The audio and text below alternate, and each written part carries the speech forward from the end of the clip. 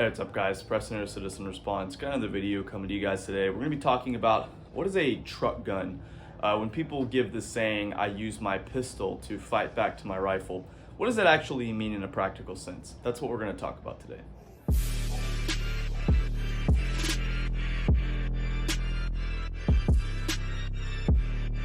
So if you've been around YouTube or the shooting community for any amount of time now, you'll know exactly what I'm talking about when I use the word truck gun. Typically it means some kind of rifle. This happens to be a 10.5 suppressed AR pistol, pretty sick in my opinion.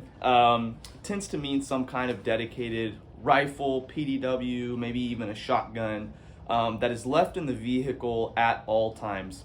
I think a little bit of the history about where this idea came from is, I wasn't around for this, but some of you guys may have been around for the time when people had headache racks in the back of their trucks and would leave like lever action rifles, shotguns, that kind of thing in their vehicle at all times. Mostly it was for a hunting purpose, but they kind of evolved into this idea of an active killer, active crime response kind of tool. But what we're going to take a look at today is we're going to assess the potential pros and cons of leaving a dedicated weapon other than your concealed carry weapon that's on your person in your vehicle at all times. We're trying to determine whether or not something is beneficial. I think it's important to not only use anecdotal life experience that can be very informative for you. Some things that you've lived through may not apply to somebody else who hasn't lived through them, but also broad data statistics. For example, we're going to talk about today, anecdotally, I have known 5 different people who between them have had 8 different guns stolen from their vehicles. That's a lot, and it really sucks. And each one of them really sucked because it was something that totally could have been avoided. Not all of them were dedicated guns that were left in the vehicles all the time. Some were. Some of them just happened to be left it in the car at the wrong time at the wrong place. That's just how it is sometimes. Now let's talk about the broad statistics. We know from FBI crime data, the overwhelming majority of criminals now get their guns from auto vehicles. Whereas criminals used to get it through burglaries and robberies.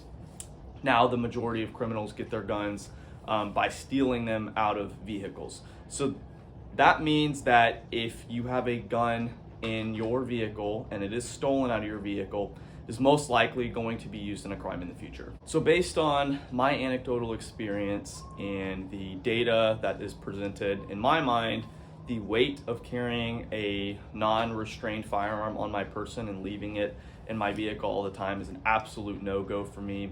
Because in my mind, when I weigh it out, that gun is much more likely to be stolen and used by criminals in some kind of crime than it is for me to ever use it in an act of self-defense.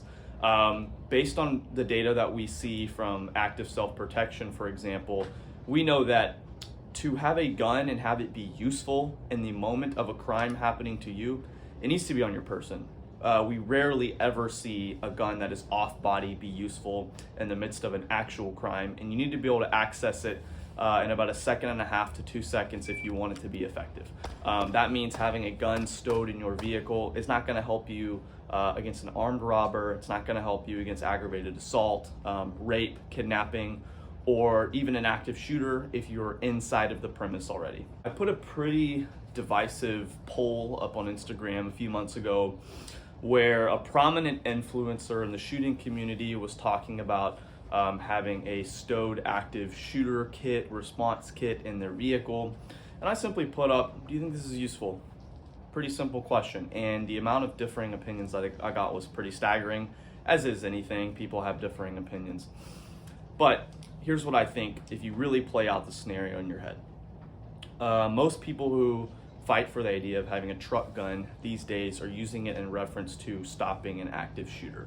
So somebody who has entered a public premise with the goal of shooting and killing as many people as they possibly can. Now, let's play out that scenario. If you're already in the established business and you can legally have your firearm on you, you should. And you should be trained to a level of proficiency where you can deal with that problem right there, right now. Because there is absolutely no guarantee that A, you're going to be able to get out of that place alive, and B, that the shooting won't already be over by the time you run back out to your vehicle. So I heard the situation play out from other people that said they would use their pistol to cover their retreat to their vehicle where they would throw on their stowed plate carrier or bag or chest rig or whatever, grab the rifle, and run back into the store. Now let's think about that for a second. Are you fast? Can you sprint? Are you even sure you can get out of that store alive? And also, let's think of the implications of local law enforcement. We know that local law enforcement now is trained pretty heavily for single or double officer response to active shootings. They're going in, they know that there's an active shooter. They're going to be looking for the person that's running around with a rifle.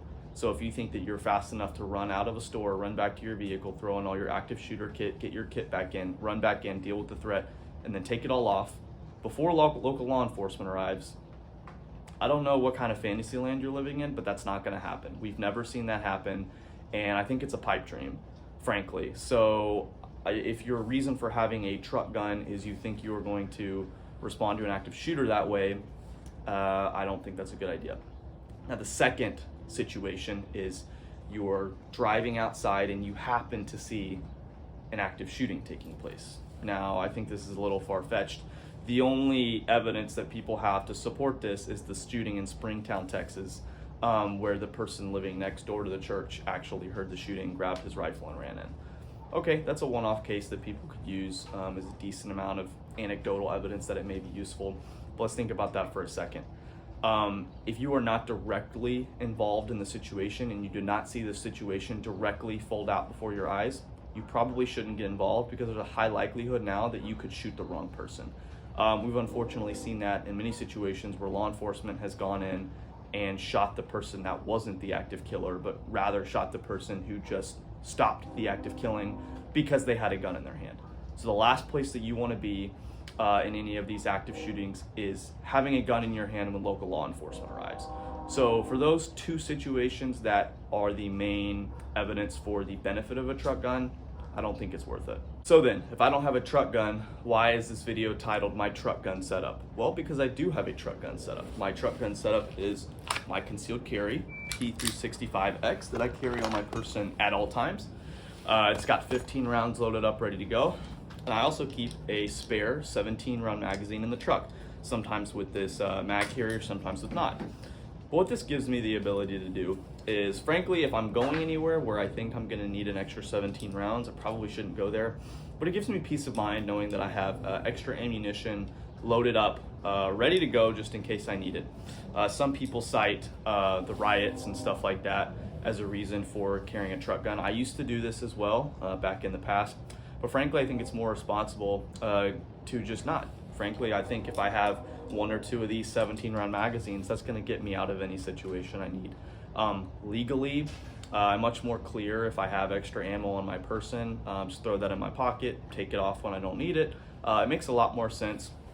And I'm not nearly as worried if this were to get stolen out of my truck as if that 10.5-inch AR pistol would get stolen out of my truck.